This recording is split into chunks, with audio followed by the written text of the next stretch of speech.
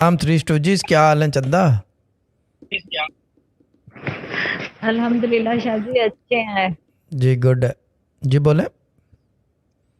ये तो ऐसे बोल रही हैं जैसे कि जी वो शाजी जड्डू बाम। जी बोले।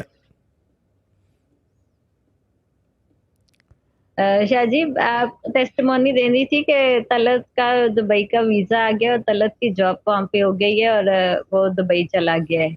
गुड। बहुत अच्छा हो जबरदस्त। गया। अब मैं वही बात रिपीट करूँगा। अब इंशाल्लाह वो सेटल हो गया है। एक दफ़ा मुलाकात हो जाएगी मेरे से नेक्स्ट वीक या जब भी होगी। वो फ़ोन मेरा नंबर दे देना, तो फिर इंशाल्लाह आप लोगों को भी बुलाने की करे। अल्लाह ताला सबील पैदा करेगा। ठीक है ना? बहुत बहुत शुक्रिया शाजी। तो मेरी भांजी जा रही है छोटी सी, तो वो हमें इतना वो कह रही है, छोटी सी है वो, इतना जेलस हमें कह रही है कि मैं तो जा रही हूँ, मैं तो तुम लोगों को नहीं लेके जा रही। हद हो आप गई है हमें बुला बच्चे। लें। हाँ नहीं नहीं, इंशाल्लाह चले जाएंगे, मैंने कह दिया है।